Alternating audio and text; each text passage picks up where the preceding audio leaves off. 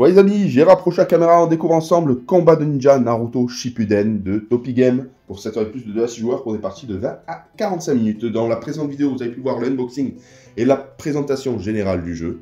Et là, on se retrouve pour le placement et la partie des règles. Vous verrez, c'est plutôt sympa.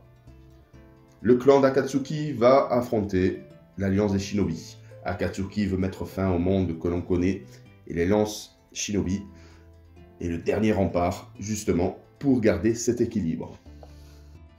D'un côté, vous avez l'alliance shinobi et de l'autre côté, les Akatsuki. J'ai écarté justement les cartes qui viendront se greffer à partir du tour 5. Et pour l'alliance shinobi, à partir du tour 5, on va pouvoir utiliser le deck 2 de Sasuke et le deck 2 de Naruto. C'est parti, comment fonctionne le jeu? Donc il y a deux modes de jeu, le mode Hokage pour 20 à 60 minutes, la partie se termine et prend fin lorsque le camp obtient le nombre de points d'expérience fixé en début de partie. 30 points, 40 points ou 50 points. 30 points d'expérience c'est entre 20 et 45 minutes, 40 points d'expérience c'est entre 30 et 90 minutes, et 50 points d'expérience entre 60 et 120 minutes. Et l'autre mode de jeu c'est le mode histoire, pour 2 à 6 joueurs, de 45 à 90 minutes. La partie se termine à la fin du tour 9, vous verrez. Le camp qui obtient le plus de points d'expérience remporte le jeu, il n'y a qu'un seul combat par tour et par camp, soit 9 combats en tout dans une partie, quel que soit le nombre de joueurs. Le but du jeu, c'est de gagner le plus grand nombre de points d'expérience par camp et remporter la partie selon le mode choisi. Un seul camp remportera la partie. Donc, il existe 3 moyens pour obtenir des points d'expérience. Le premier moyen, tout simple, c'est vaincre le ninja adverse et remporter les points d'expérience indiqués sur sa carte ninja.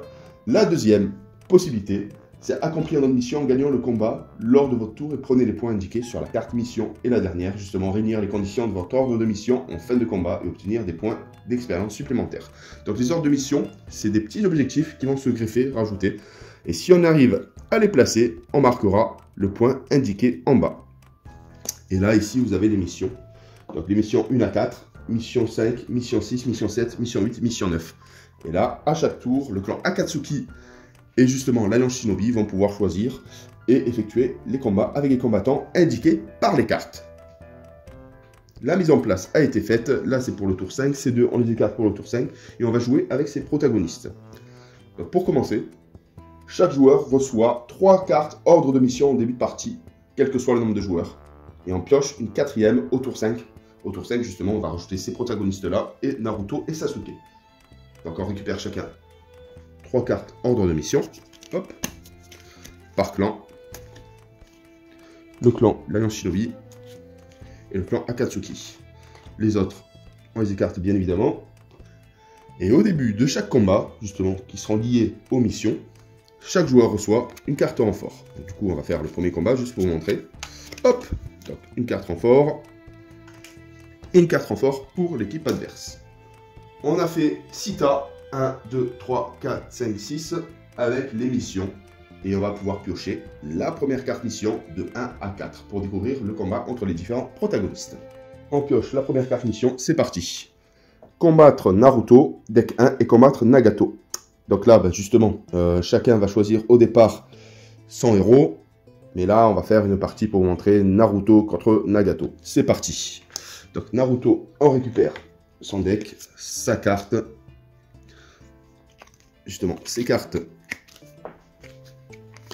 techniques qu'il va pouvoir utiliser pour son combat. Donc du coup, il y aura des cartes d'attaque avec une petite écriture en dessous.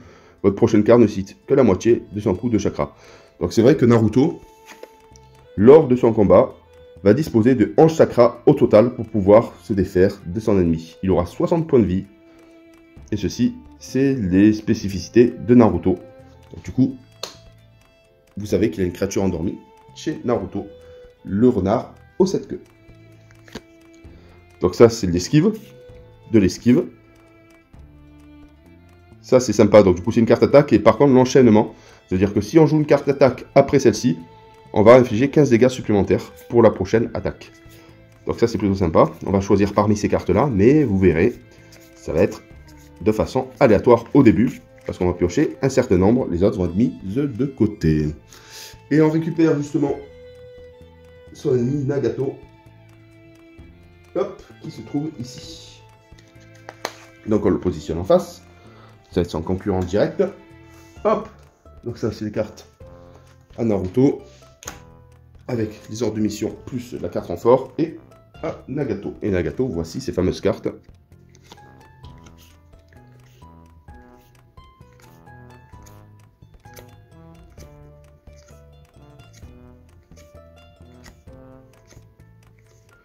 Voilà, le combat peut enfin débuter. Nagato, s'il est vaincu, remportera à Naruto 4 points d'expérience. Et inversement, si Naruto est vaincu par Nagato, il remportera 3 points d'expérience. Les ordres de mission de Naruto sont les suivantes. Gagner le combat, il doit vous rester plus de 4 chakras non utilisés à la fin du combat pour pouvoir remporter 2 points d'expérience. Gagner le combat en 3 cartes maximum pour 4 points d'expérience. Et gagner le combat, il doit vous rester plus de 6 chakras non utilisés à la fin du combat. Donc du coup, il a 11 chakras, ça va être un peu compliqué pour lui, bien évidemment. Et ça, c'est la carte renfort. Quand vous voulez, au round 1, 2 ou 3, une carte de votre choix ne vous coûte aucun chakra lors du combat. Oh, ça peut se faire, ça peut se jouer, c'est plutôt sympa. Et du côté de Nagato, ces cartes en ordre de mission. Gagner le combat sans utiliser de carte focalisation ou anticipation pour marquer 2 points. Gagner le combat sans utiliser de carte sonnée ou contre-attaque. Et utilisez moins de la moitié de vos PV pour gagner votre combat. Quand vous n'avez plus de PV, résurrection, vous annulez l'attaque qui vous a fait perdre le combat et revenez avec 3 PV. Le combat reprend sauf s'il s'agit de la 3e carte du round 3. Ah, ça c'est bien. Un revival plutôt sympa. Je peux expliquer, chacun récupère son deck, mais chaque joueur prend 15 cartes techniques du ninja qu'il a choisi, c'est ce qui est fait, et on choisit 6. Donc il mélange préalable, et on choisit 6 pour faire son round 1. C'est parti. Donc là, on mélange l'ensemble, et on récupère 6.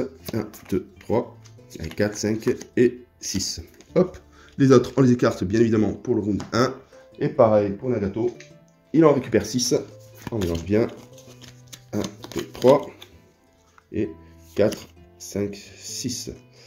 Voilà, ça va être les cartes qu'il va pouvoir utiliser pour les techniques ninja. Justement, les autres, on les écarte bien évidemment. C'est parti. Donc, comment fonctionne un combat? Donc, chaque joueur va positionner face cachée 3 techniques en fonction de ses chakras.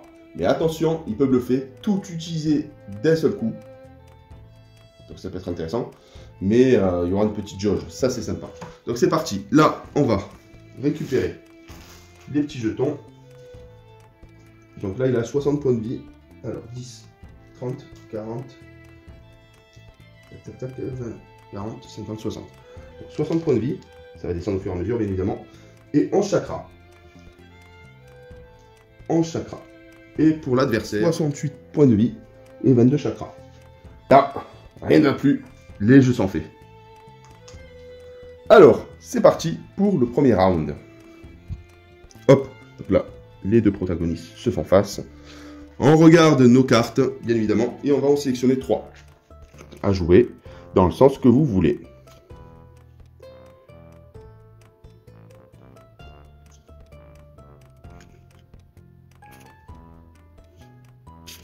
Admettons, je vais jouer celle-ci dans un premier tour.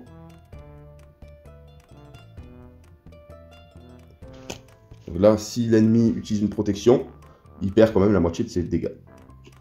Hop, première carte posée. Donc là, ça va lui coûter 8 chakras. Sachant qu'il va utiliser sa carte pour ne pas compter. Il va jouer celle-là en deuxième. Et en troisième, il va faire une petite esquive. Hop, celle-ci. Substitution. Allez, on va mettre celle au milieu, ça peut être sympa. L'adversaire va faire de même, récupérer ses cartes. Hop, c'est parti. Donc du coup, il va regarder ses cartes. Il va utiliser celle-ci, pas trop de mana en premier. De chakra du moins. La deuxième carte. Il va utiliser celle-ci. Et en dernière, celle-là, une grosse attaque. C'est parti. Donc là, on va résoudre le combat. Donc on va retourner les premières cartes qui ont été choisies dans l'ordre de jeu. C'est parti. 31 à 26. Donc du coup, Naruto prend l'avantage et inflige 31 dégâts à l'adversaire. Donc du coup, l'adversaire... Hop, il en récupère 9. Voilà. Donc là, il a fait un gros dégât. Et ceci Hop là. Il a joué celle-ci, donc du coup, enchaînement, votre carte suivante augmente ses dégâts de 13 si c'est une attaque.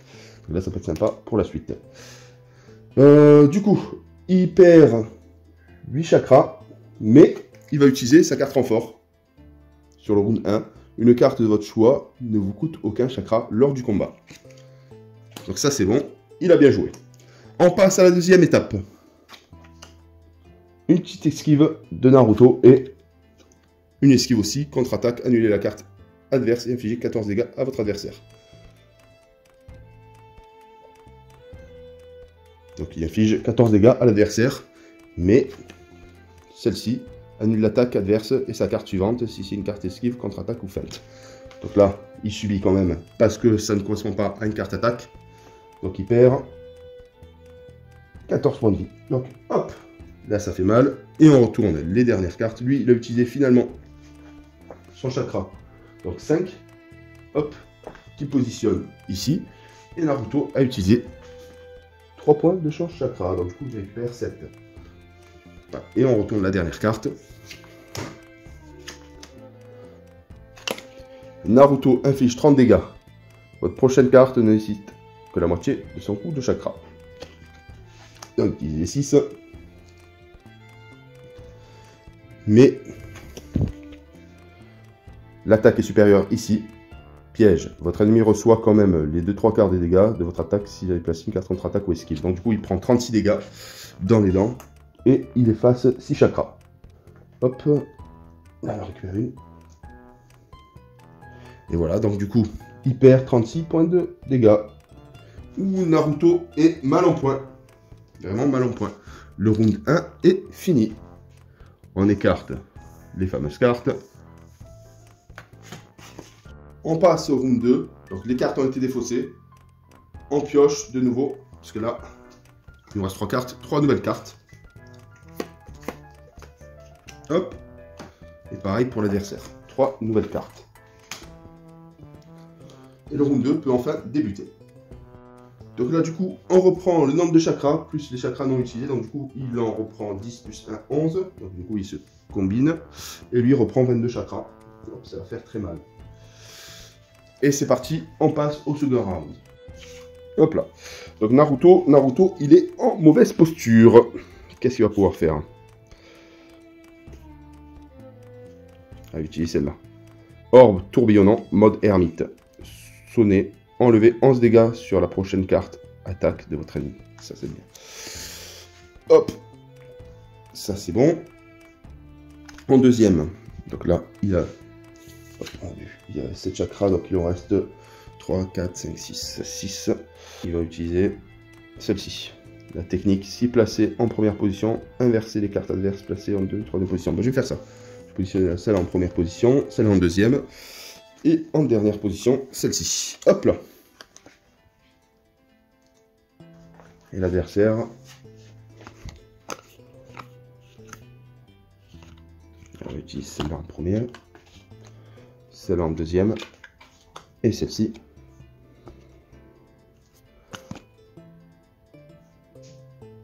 En troisième. C'est parti. Donc les jeux sont faits, rien ne va plus. On dévoile les premières cartes. Donc 27 d'un côté et 34 de l'autre.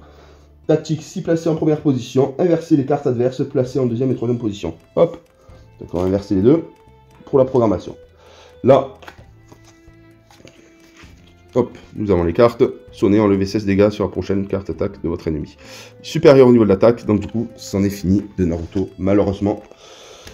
Il perd tous ses points de vie.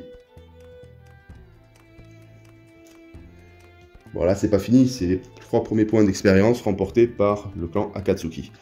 Et on poursuit au fur et à mesure, donc du coup là, la première mission a été effectuée, on retourne. Donc il y aura 4 tours avec celle-ci, deuxième, troisième et quatrième. Donc on va effectuer tous les combats. Et après on passe au tour 5.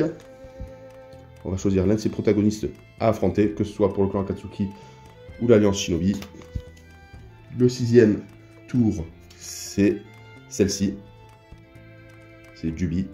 Et celle-là, elle est obligatoire, c'est la seule pour remporter 6 points d'expérience. Vous verrez, c'est plutôt sympa. Donc on gagnera les expériences liées au ninja, les expériences qu'on peut remporter justement sur les ordres de mission.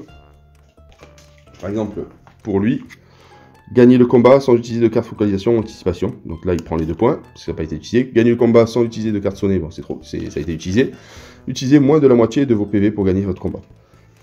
Alors, est-ce que là, on est à la moitié? 30, voilà, donc du coup, il remporte 4, 6, 7, 8, 9. 9 plus la carte mission qui a été jouée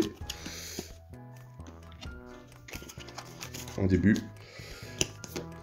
4 points. 10, 11, 12, 13, 13 points justement pour la première manche. Donc on poursuit ainsi de suite jusqu'à ce qu'on arrive au tour 9. Et au tour 9, la grande épreuve arrive, le combat entre Naruto et Sasuke avec le deck numéro 2. Et là, ça va faire très mal. Ouais les amis, j'espère que vous appréciez cette petite vidéo de présentation combat de ninja de Naruto Shippuden. Ça se joue en équipe de 2 à 6 joueurs. C'est vraiment sympa. Si on joue à 2 joueurs, forcément, il y aura le clan Akatsuki et de l'autre côté, l'Alliance Shinobi. C'est un super jeu de micro-deck building. Anticipez les bonnes attaques, contrer à bon escient. Gérez vos chakras au mieux possible. Et affrontez vos ennemis en ayant le plus de patates possible. Et les cartes renforts, franchement, rajoutent un bon niveau de jeu, justement. C'est une sorte de petite aide utile et qui se rajoute au fur et à mesure des tours si les tours persistent. En tout cas, j'espère que vous avez apprécié cette petite vidéo. Et on se retrouve pour l'unboxing du dernier combat de Kage. C'est exactement le même principe, mais je vais vous montrer les cartes, bien évidemment. Je ne vais pas vous refaire les vidéos règles. C'est un complément. Ça peut se jouer en solo, en standalone, justement. Pas besoin de la boîte de base, ou ça peut se combiner, justement, avec cette boîte. Voilà. Et à très bientôt pour une nouvelle vidéo. Bye bye.